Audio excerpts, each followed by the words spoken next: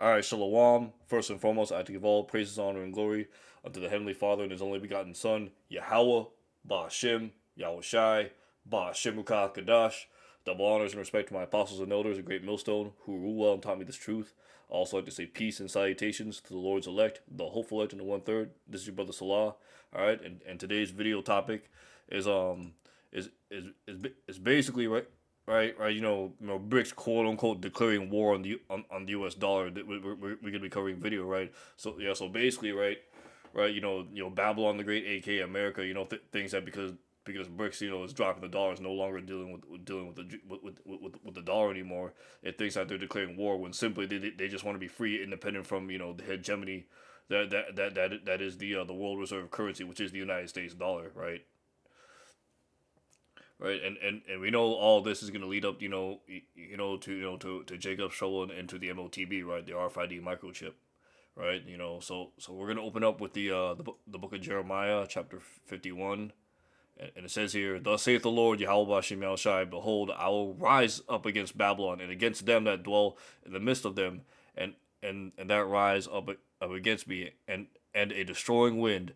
I will send unto Babylon fanners that shall fan and shall empty her land.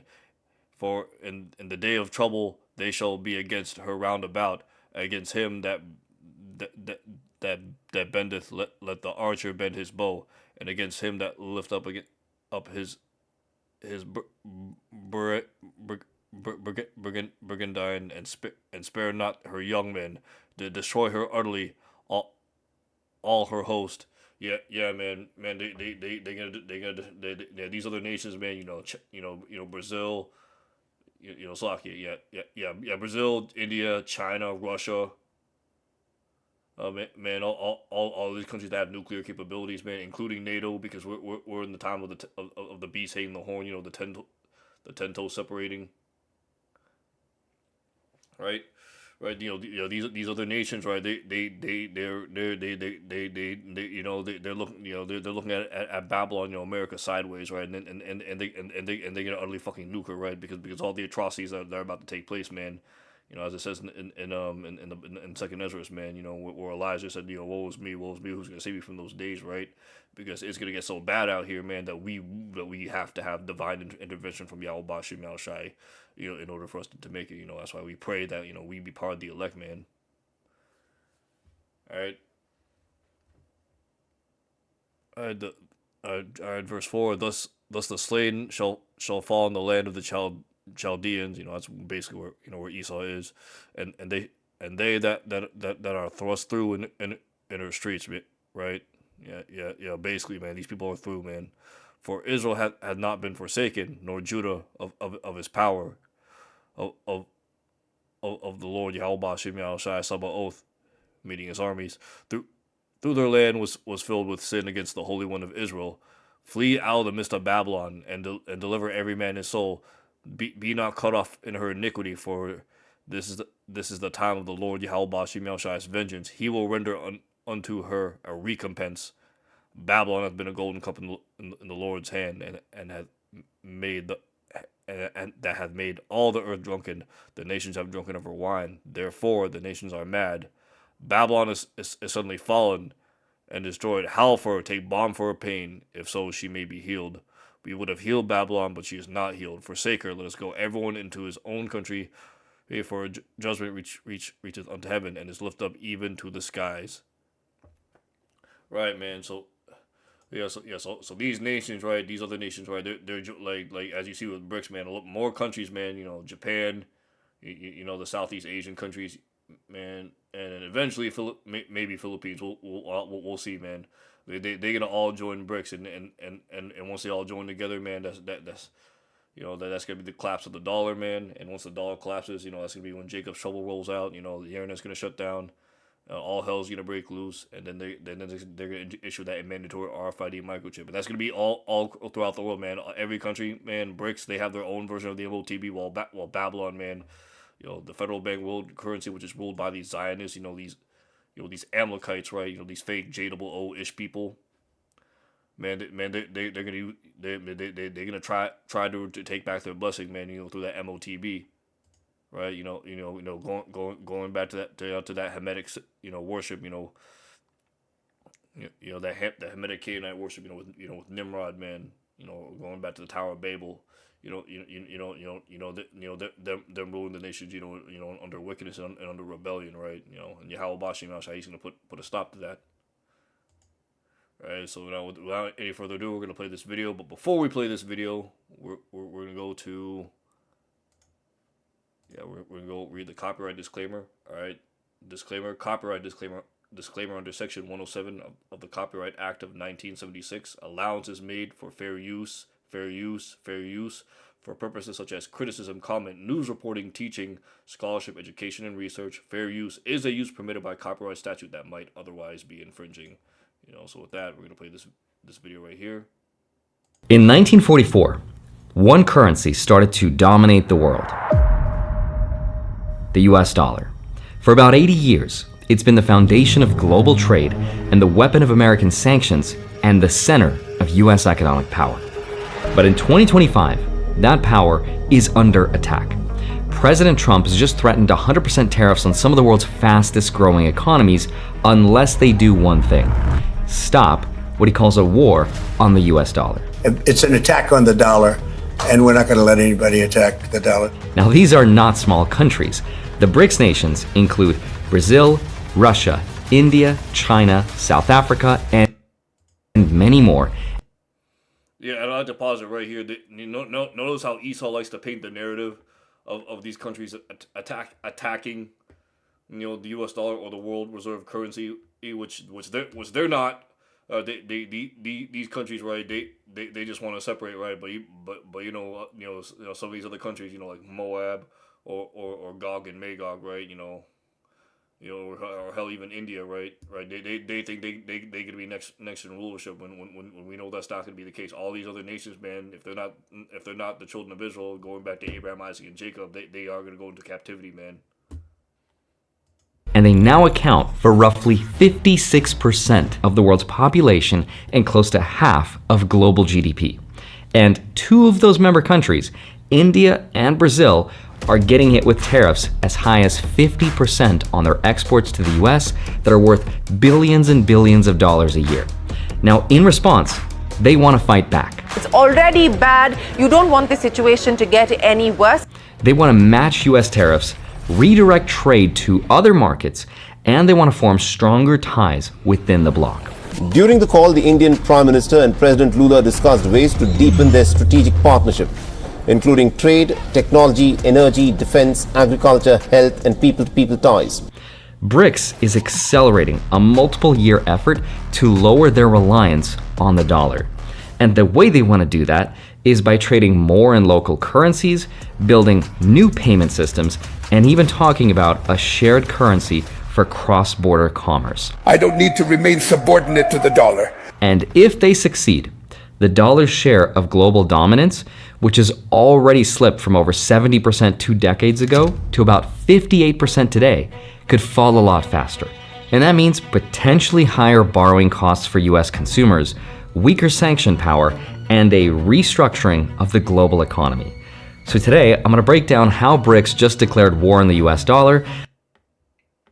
Yeah, I noticed he said the restructuring of global trade, right? And that ultimately is going to usher in the MOTB, right? So I'm gonna pull out a scripture.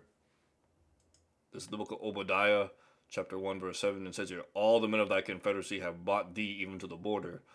The men that were at peace with thee have deceived thee and prevailed against thee. They that eat thy bread have laid a wound under thee. There is none understanding in him."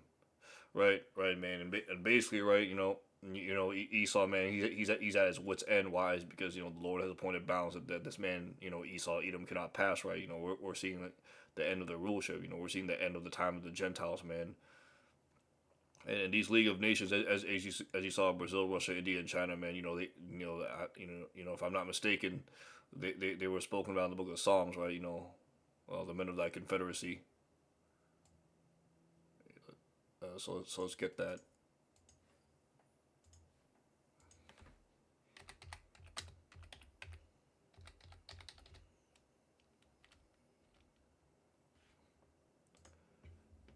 here it is. Psalms 83. Let's get that in the blue letter.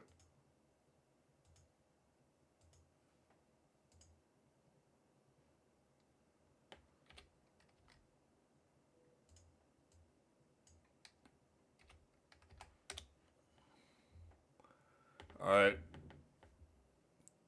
Yahweh employed to confound his enemies, a song or a psalm of Asaph. Keep not thou silence, O Yahweh. Hold not thy peace, and be not still, O Yahweh. For lo, thine enemies make a tumult. They that hate thee have lifted up the head. They have taken crafty counsel against thy people, and counsel against thy hidden ones.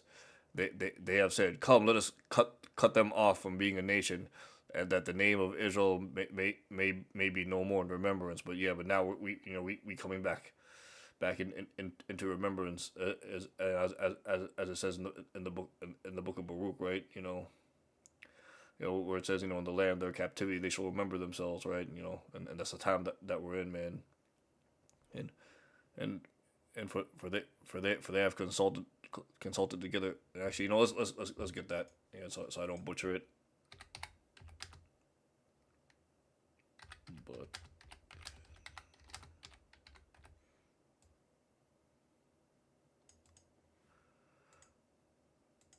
all right, this is the book of Baruch, chapter 2, verse 30, which says, "For I knew that they would not hear me, because it is a stiff-necked people. But in the land of their captivities they shall remember themselves." Right, man, and the mass awakening, man, as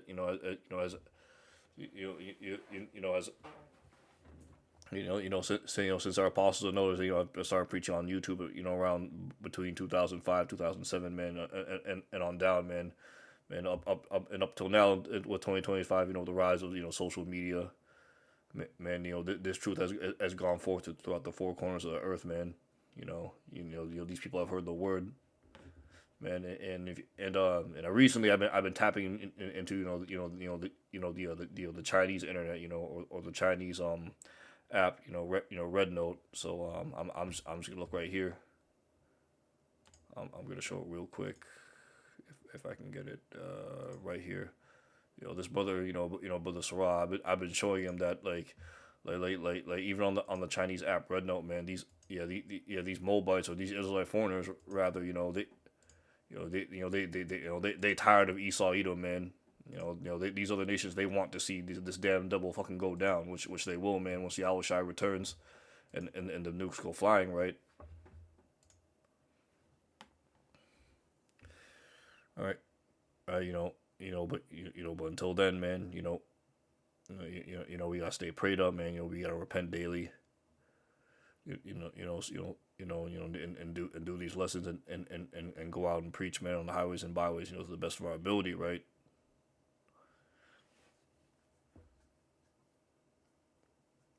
All right. So I'm gonna pick up at verse 5. For they have consulted together with one consent; they are confederate against the tabernacles of Edom, Esau, the so-called white man, the Ishmaelites, Arabs, Moab, the so-called Chinese or East Asian people. The Chinese, the Mongolians, and the Koreans, the Hagarenes. I believe more Ishmaelites, if I'm not mistaken. Gabal, more Ishmaelites. Ammon, the so-called Japanese. Amalek, the head of the chief tribe of Esau, man. The head, who are the so-called Phage double O ish people. The small hats, right? And let's get that precept.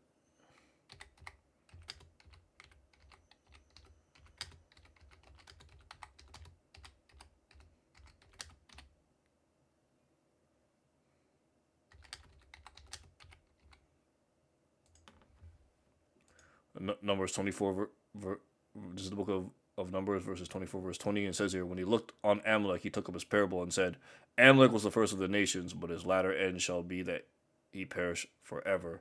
And we know Amalek's in rulership because he's the one, in charge of the banks, right? Let's see if I can get that. Yeah, right here. So we know, J-ish, colonial trust, man. Fucking colonizers, man. man, they sell their their world banks, and basically enslave these other nations, through debt trade, man. And as as brothers posted this, man, basically the global debt, man, it's about to burst, right? And then once Amalek, defaults on these debts, right? That's when he's gonna force the MOTB, man. That's basically that they'll that it goes back to to the money failing them, right? And see, man. And these Amalekites, they know these because they studied history, man. They also understand the scriptures. They understand it, to a point that, like, that they can control and enslave people, if they owe them a debt, right? That's why we need Bashi Shai, to fucking take these people down, man. And because these damn devils, man, they basically have control over everything, right? That's why the scripture says. There's Job 9:24.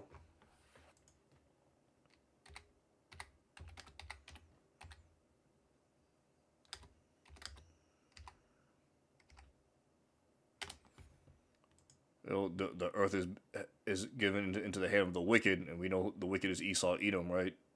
He covereth the faces and judges thereof, if not word, who is he? Yeah, that's right. This man, during the Renaissance, man, you committed iconoclasm, turning the dark images of Jake from dark to light, man. Hitting off the noses, certain artifacts, man. And Esau trying to make it look like he's been there the whole damn time, when in reality he's not, man. He came from south of Jordan, Mount Seir, Mount Petra, man. He wasn't the original inhabitants of the Caucasus Mountains, although during the Dark Ages, that's where the majority of his people fled to, which I believe is near Ukraine. Where Creve is, which is where a bunch of them Amalekites are. All right. So going back, Psalm chapter 83 verse 7, continuing on, the Philistines with their inhabitants of Tyre, Assur is also joined with them. They have holpen the children of Lot, Selah. Do unto them as unto the Midianites, as to Sisera, as to Jabin at the brook of Kisan, right, which perished at Endor, became as dung of the earth, right, and ultimately, man, these other nations, right, they, after Esau goes down, they think they're gonna be next, but ultimately, man, Yahweh Bashi Shai, man, he's gonna put all these nations into captivity, right, as it says in the book of Revelation,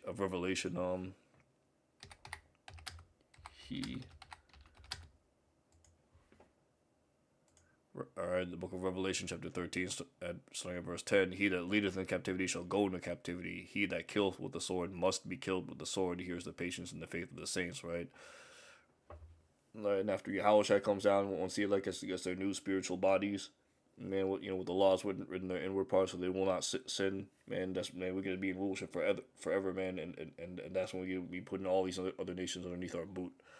They had to go through that hardcore slavery for 1,000 years, but after that, they get to go back to their homeland and rebuild. But they're under the laws and ordinances of Israel.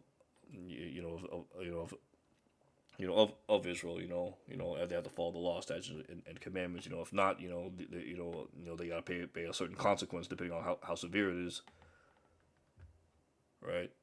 Right, and as Elder Apostle Tahar said, we in those days we just gonna be killing people every day because someone's gonna commit iniquity. Why? Because these nations, we know they can't keep it perfectly. So, so that's what is gonna be in the kingdom of heaven. All right. So continuing on with this video. The specific things they're doing in 2025 and what all of this means for your savings, investments, and the cost of living in America. So with that said, let's get into it. Hi, my name is Andre Jick. Hope you're doing well. Come for the finance and stay for the BRICS. Now, the BRICS is made up of some of the world's biggest, what are called emerging economies. Now, when economists say emerging economies, they're talking about countries that are between developing and fully developed. They've moved beyond low income or low industrialized status, but they're not quite at the level of places like the US, Japan, or Germany. They are emerging or coming out of an earlier stage where their economies were more dependent on a smaller range of specialties, things like agriculture, raw materials, or energy, which also usually means lower incomes per person, weaker capital or investment markets, and less global influence.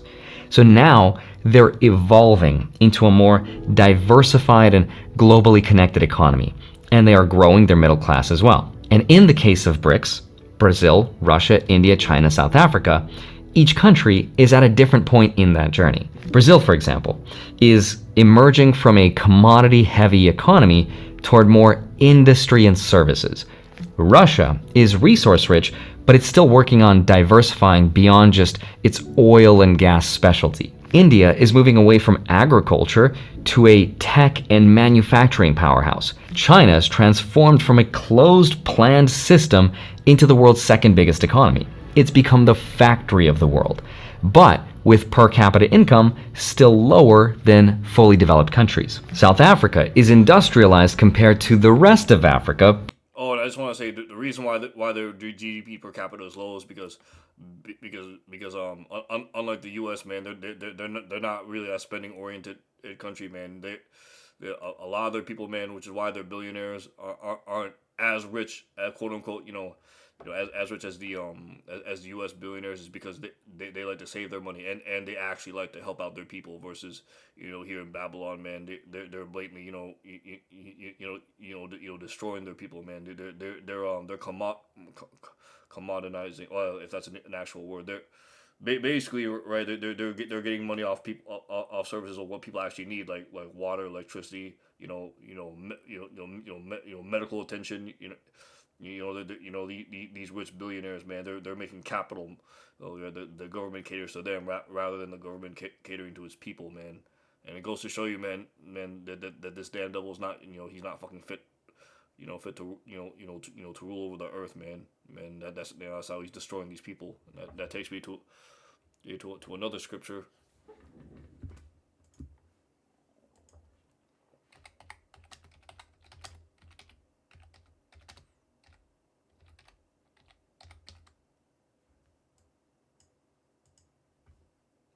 This is the book of Micah, chapter 2, verse 2. And they covet fields and take them by violence, and houses and take them away. So they oppress a man in his house, even a man and his heritage. And yeah, man, these American people, man, these Babylonians, the curses are starting to fall upon them. They starting to see how bad the bad stuff that Jake had to go through. So man, Babylon's out, is going out the window, man. But it's still battling inequality and unemployment. But the point is this: these countries have grown a lot. In 2009, the BRICS was just 5 countries. In 2024, they added 4 more. And in 2025, they got an even bigger surprise. Indonesia became a member, and 9 more countries are wanting to join. That's more than the G7.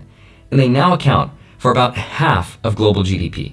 That means the BRICS are now bigger than Canada, France, Germany, Italy, Japan, the United Kingdom, and the United States, or what's called the G7 group. And here's how much they've grown. In 2009, the GDP of the G7 was bigger than any other bloc. But by 2025, all that changed, and the BRICS now makes up over 2/3 of the world's population and close to half of global GDP. And this is important because even though the BRICS have been talking about an alternative to the dollar for a long, long time, 2025 is another year where they're fighting back. And this fighting started a long time ago, but it also recently got worse when the US started to use the dollar and trade to sanction Russia, and that sort of sped this up. Because between 2021 to 2024, trade between BRICS nations went up by more than $700 billion. That's a huge increase in just 3 years. And it's not just the volume that matters, it's also how they're doing it. Because a big growing part of that trade is no longer happening in US dollars. In fact, in China's overseas transactions, the yuan has overtaken the dollar for the first time in history, because back in 2020, more than half of China's cross-border trades were settled in dollars. But by 2025, that is now flipped, with over 50% now done in yuan. And this is playing out in the real banking system too, because in 2024, Southeast Asia's biggest lender, called DBS, reported a 30% year-over-year increase in yuan settlement flows, especially in trade between China, Latin America, and the Middle East. So this is the clearest signal that the BRICS are building an alternative system. And you can even see it in their real economies as well, because Brazil's a good example. In less than a year, thousands of cars made by Ford have disappeared from factory lots and replaced almost entirely by Chinese BYD electric cars. And BYD is now the world's biggest EV maker, and they've expanded into Brazil with multi-billion-dollar investments, new production lines, and payment agreements in local currencies which bypass the US dollar. And remember, every car sold in yuan instead of dollars is one less transaction supporting US dollar dominance. And it's also one more step towards potentially higher borrowing costs here in the US. This is what de-dollarization looks like. And this trend is probably going to continue because more recently, two of its member countries, India and Brazil, are now being hit with US tariffs as high as 50% on billions and billions of dollars of exports. New tariffs from President Trump are increasing tensions with two U.S. trade partners. As of today, 50% tariffs are officially in effect for Brazil. As we just discussed, the president signed an executive order also increasing tariffs on India by 25%. So right now, they're starting to feel the effects of their factories slowing down, orders being canceled, and millions of their jobs at risk. So of course, that's why we're seeing those countries fighting back. But a quick pause because I want to show you a tool that I've been actually using that's become kind of a cheat code for my research process. It's called Mumu. It's a powerful all-in-one trading platform, and let me speed through this. what I love about it, besides the fact that it offers $0 commission stocks at the top, scrolling down to the... Now let's get back to it. So here's exactly how the BRICS countries are fighting back. India, for example, which was one of the closest allies to the US in the BRICS bloc, recently said that they will not be buying US weapons. The U.S. now has a new problem in Asia. India has announced that they will not be buying American-made weapons following a 50% tax on their goods. Both India and Brazil are also talking about retaliation or fighting back, not just with not buying U.S. goods or matching tariffs, but with deeper integration into the BRICS and redirecting their supply chain to other member countries and moving away from dollar-based payments. I'm not going to give up on the idea that we need to work towards building an alternative currency so that we can trade with other countries. I don't need to remain subordinate to the dollar. And that shift is getting faster. There's talks about new payment networks that bypass SWIFT, oil sales that are priced in currencies like the Chinese yuan, and even talks about a shared BRICS currency. That's not something that's going to happen overnight, but it is a sign that the bloc is serious about chipping away at the dollar's dominance, which has already fallen from over 70% of global reserves 2 decades ago to about 58% today. So instead of putting pressure and dividing the BRICS countries, these tariffs are actually having the opposite effect. They are uniting them. They're pulling them closer together. Brazil has even filed a formal complaint at the WTO, and they're pushing their own retaliatory tariffs. We're even seeing relationships kind of change because India's Prime Minister Modi and China's Xi Jinping, which are leaders who rarely agree on anything, are also now working to rebuild their economic ties. And even at the recent BRICS summit in Rio, for example, Brazil's President Lula called on members to test the new currency, which will become a direct challenger to the dollar. Now, here's how this can actually affect the United States. The first immediate reaction to the 10% tariff on BRICS, plus the targeted 50% on India and Brazil, is estimated to cost American consumers and businesses up to $56 billion every year in higher prices. That's everything from electronics, cars, to everyday consumer goods. Now, this has not happened yet, and economists can be wrong a lot, so just keep that in mind, but that's at least what they think might happen because of this.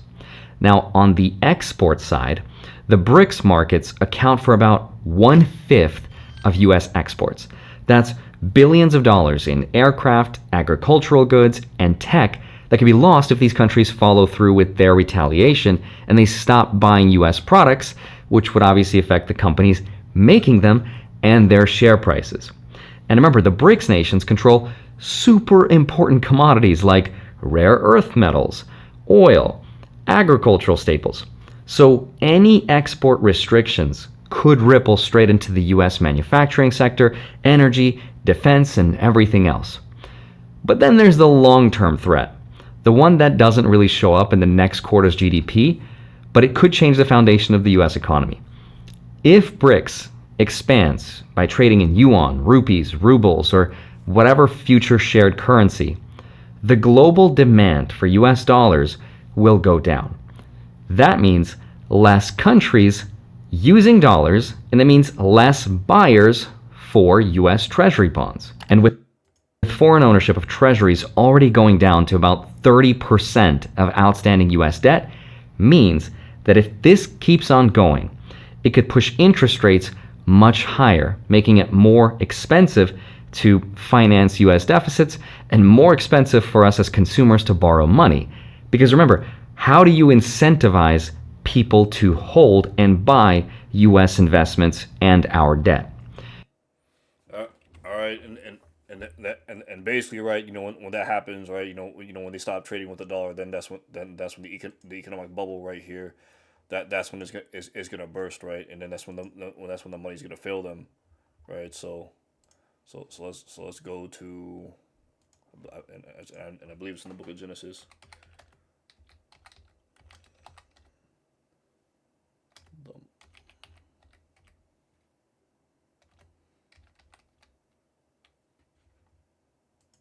All right, the water yell bashim el shai bashim kakadash, right, for having the scripture saved.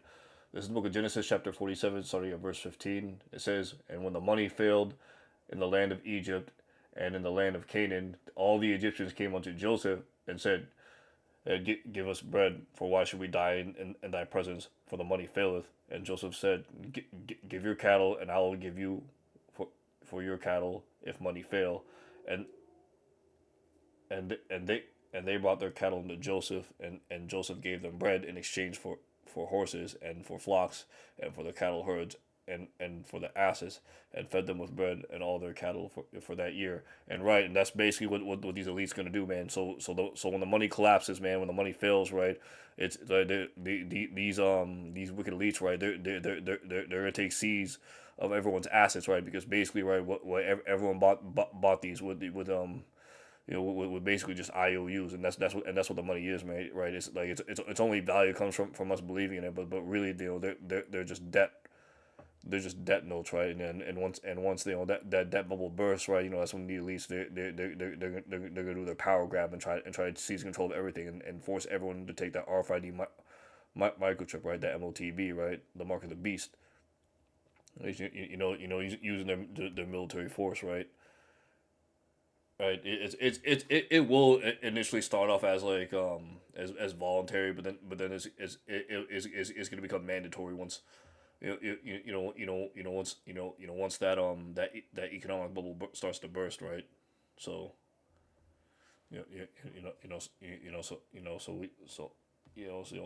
so us brothers and few sisters, man, we have to stay prayed up to Yahweh Mal Shai, man,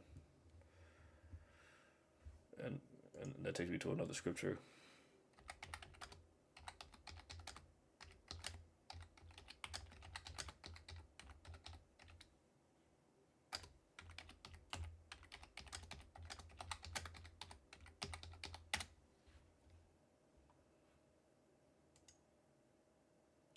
This is the book of Psalms, chapter 64, verse 2, and it says, "Hide me from the secret counsel of the wicked, from the insurrection workers of iniquity." Actually, let's start at verse 1. Salakia. Book of Psalms, chapter 64, starting at verse 1. "Hear my voice, O Yahweh, in my prayer. Preserve my life from the fear of the enemy. Hide me from the secret counsel of the wicked, from the insurrection of the workers of iniquity, who whet their tongues like a sword and bend their bows to shoot their arrows, even bitter words. They that may shoot in secret at the perfect, suddenly do shoot at him and fear not." That word perfect goes into blameless. They encourage themselves in an evil manner. They consume. They commune of laying of snares privily. They say, who shall see them? They search out iniquities and accomplish a diligent search. There's both the inward or thought on every one of them, and the heart is deep. Right, you know, that's exactly why they want to implement that RFID microchip, man. They want to know every single thing about you, including your thoughts, right? You know, just like Minority Report, they want to justify, by, you know, locking you up or killing you, man, because they want this, they want to be in the power of God, right? You know, they desperately want to have that blessing back, you know, without without acknowledging, you know, the power that gave them the blessing, which is Yahweh Bashem Yahushai, right? You know, which is why these devils they can receive no mercy when they go into captivity, right? On top of all the atrocities they did to Israel, destroying the earth and oppressing these other nations too, including their own fucking people, man. That's how I know these people are no good. All right. Verse 7, but Yahweh shall shoot at them with an arrow, and suddenly shall they be wounded. So they shall make their own tongue fall upon themselves. All that see them shall flee away, and all the men shall fear, and shall declare the work of Yahweh, for they shall wisely consider of his doing. The righteous shall be glad in the Lord Yahweh Bashem Yahushai, and shall trust in him, and all the upright in heart shall glory. Right, man? And we're praying that Yahweh Bashem Yahushai delivers us in these coming times, right? So let's see. This video is almost over. I'll finish it, and then I'm gonna show you brothers another video.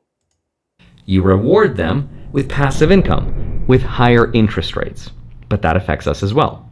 On top of that, the sanctions the U.S. uses, which is one of its most powerful geopolitical tools, also becomes less effective when less countries need the money to trade with. So the markets are kind of reacting. That's why you've seen bond yields have been very volatile in 2025. And also safe investments like gold and Bitcoin have been outperforming, and we've seen an inflow of money every time there's some BRICS currency headline. All around the world, I think other emerging market economies are watching this fight really closely, and they're deciding whether they want to side with the US and its dollar system or the BRICS bloc. So here's how I'm personally thinking about all of this. All right, we're just gonna stop there because we don't give a shit of what he actually thinks. All right, I'm gonna show you this next video. We've already declared the copyright disclaimer, so we're gonna flash it right there again. Slocking out this video topics, and we're only gonna be playing a small portion of this, to prove a point. People are finding it impossible to live in America right now. Let's see if I can find it. Yeah, this one. Let's change the setting to, yeah. See, that setting's good. All right.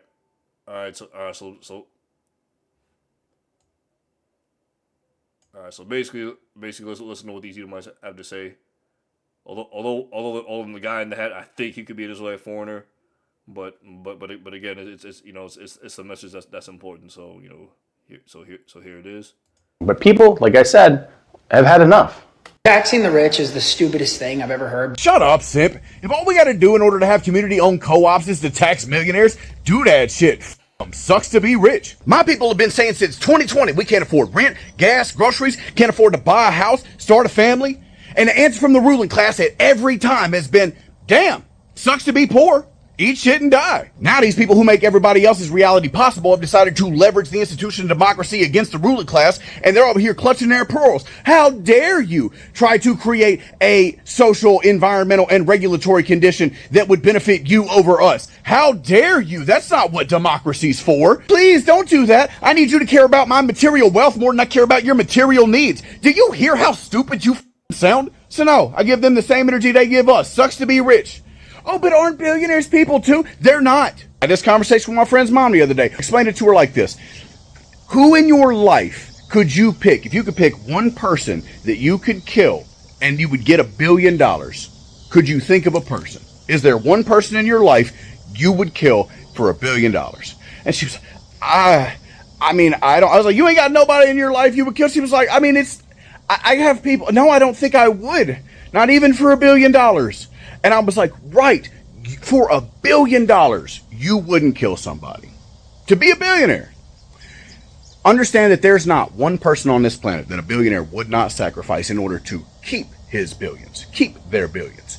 That's the difference. They do not possess the underlying humanity that makes someone a human being. I can't call them a human. Like, you're willing to sacrifice all of society in order to be a billionaire, but motherfuckers ain't willing to sacrifice a billionaire in order to protect society? What do we do all this for? What's the point of having all these do we make electricity so that people can get rich and so that people can have power? Do we grow food so that people can get rich and so people can be fed? Do we have water lines in the ground so that people can have water so that people can get rich? Why do we do these things? What's the point of having a society? Is it just to make money, or is it for the purpose that people have to exist and the best way to do it is cooperation? I need people to start asking themselves, why do we do these things? What the fuck is the point of living? As always, bro, I appreciate y'all taking the time. Much love. Have a good one. All right. So I'm gonna bring out another precept, show one more video, and we're gonna wrap up this lesson.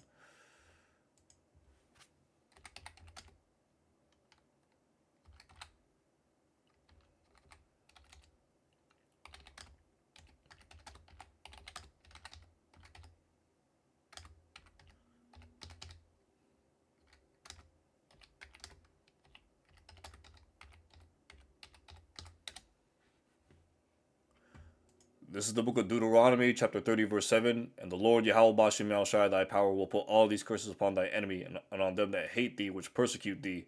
And yeah, man, you see these doubles crashing out in real time, because now they're going through the same curses that Jake had to go through, right? You know, not being able to pay rent, not being able to afford, you know, basic necessities, right? And that's how basically this damn devil Esau Edom, right, the so-called white man, and has been oppressing the nation of Israel, right? And now it's even gotten to his own people, man. And so yeah, so this devil, man, he's out the window, man. He's out the door. This man is ultimately through, right? And another thing I want to point out, if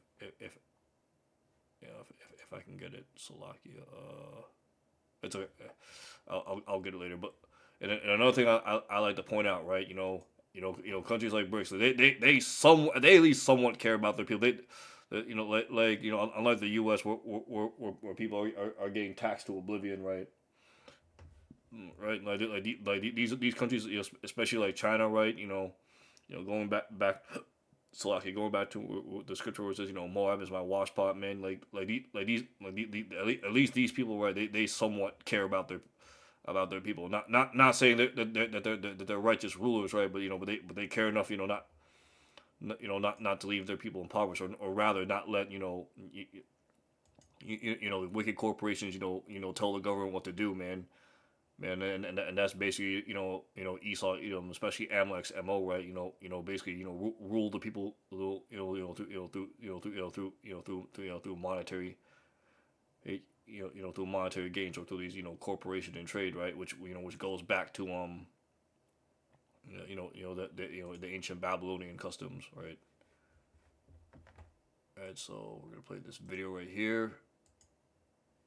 Jiang Zemin, who is Deng Xiaoping's handpicked successor. Jiang Zemin sees that the private sector is becoming dominant in the country and that the party's monopoly on power is under threat. And Jiang Zemin decides he's going to do something called the Three Represents. He's going to bring the millionaire capitalists into the party. So instead of the party being against capitalists, the capitalists are going to join the party, and this is going to somehow increase the party's leverage and control and transform the psychology and behavior of the capital. Of course, it fails. Instead, the party members are in cahoots with the millionaires, and they begin to form their own businesses by expropriating other people's property, and the party begins to go dissolute in an anti-Marxist fashion in terms of private property wealth accumulation. So yeah, and that's basically what these corporations are doing now, man.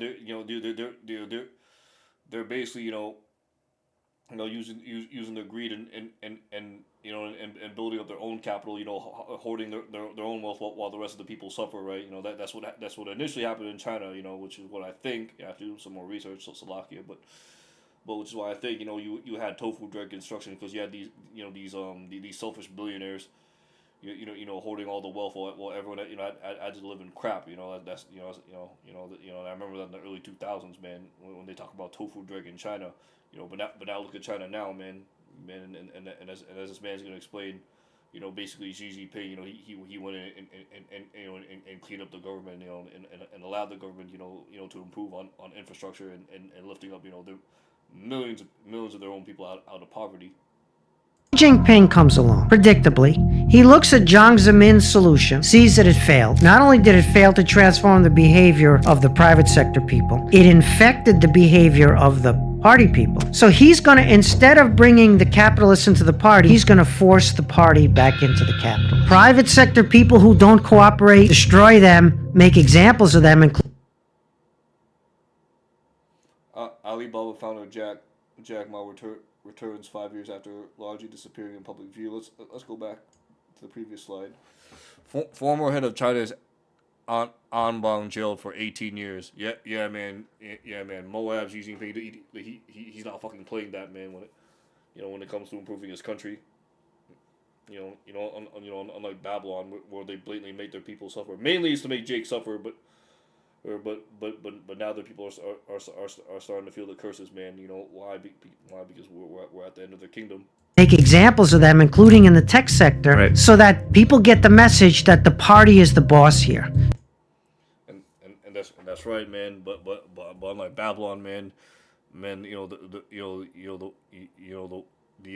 IRS or the World Federal Reserve Currency, right? That's basically what's taking control of the American people, not the fucking government. The government they work for these people. It's not the other way around, man.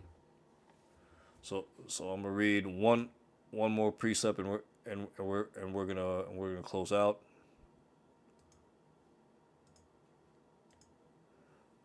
All right. So we're actually gonna read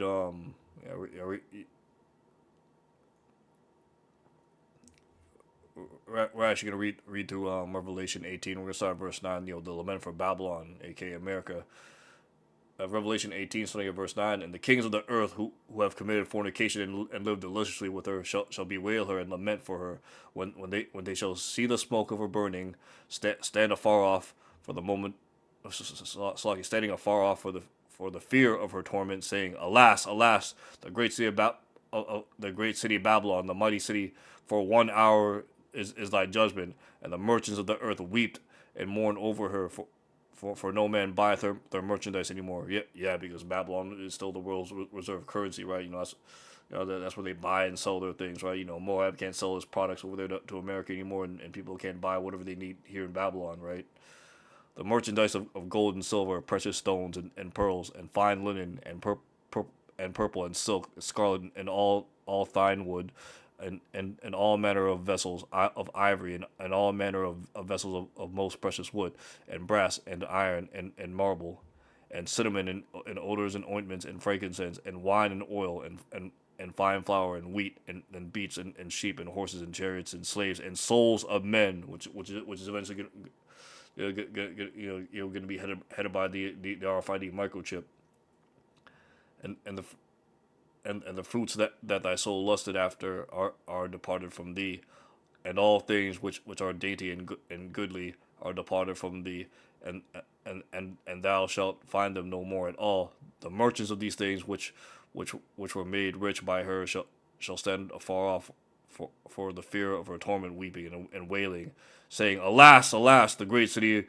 that was clothed in fine linen and purple and scarlet, and was decked with golden and precious stones and pearls, for in 1 hour so great riches come to naught, and every shipmaster and all the company in ships and sailors and as many as trade by sea stood afar off, and cried when they saw the smoke of her burning, and saying, What city is like unto the great city? And they cast dust on their heads and cried, weeping and wailing, saying, Alas, alas, the great city wherein were made rich, and all the ships in the sea by reason of her her costliness, for in 1 hour she is made desolate, right? Right, is because they couldn't get rich off America anymore. Because why America got nuked, and during that time, man, that's when the 1/3 are gonna get beamed up, the 2/3 are gonna get destroyed by nuclear fire in Babylon the Great. The elect receive their new spiritual bodies, man, having the covenant written their inward parts, so they never go off again, being reunited with Yahweh Shai. The 100. And then that's when the kingdom of heaven is gonna start, man. And when the Yahweh Shai, man, and the elect, they're gonna come down, put all these other nations in subjection, man, and set up the law, statutes, and commandments on earth as it is in heaven, man. That's gonna be the kingdom of heaven. And a mighty angel took up a stone, a great millstone, and cast it into the sea, saying, thus with violence shall that great city Babylon be thrown down, and shall be found no more at all. And the voice of harpers and musicians and pipers and trumpets shall be heard no more in all in thee. And no craftsman whatsoever crafts he be shall be found any more in thee. And the sound of a millstone shall be heard no more at all in thee. And the light of the candle shall shine no more in all in thee. And the voice of the bridegroom and the bride shall be heard no more in thee. For thy merchants were great men of the earth. For thy sorceries were all nations deceived, right? Yeah, and that's basically what what Babylon the Great America, man. These Edomites rule by. They rule by that old Hamitic, Phoenician, Philistine, left-hand magic, man, that that these Hamites learned, right? Going back to the time of Nimrod, and that's coming back again, but on a mass scale, as the elder or ICR says, the Tower of Babel is coming back on steroids. But Yahweh Bashim Al Shai, man, we know he's gonna put an end to all this. And in her was found blood of the prophets and of saints and all that were slain upon the earth. And those prophets and the saints, man, those are gonna be the first fruits, man. The first thing they're gonna get risen up, man, with Yahweh Shai. So with that, we're gonna end off the lesson there. Hope this lesson's been edifying to you, Achim, and to you, Akwath. And with that, I just say, Kol Halayim La, Abanawa, Yahweh, Bahashim, Yahweh Shai, Bahashim Ruka Kadash. Double honors and respect to our apostles and elders, a great millstone who rule well and taught us this truth. Peace and salutations to the Lord's elect, the whole elect, and the 1/3. This is your brother Salah, and with that, I like to say, Shalom.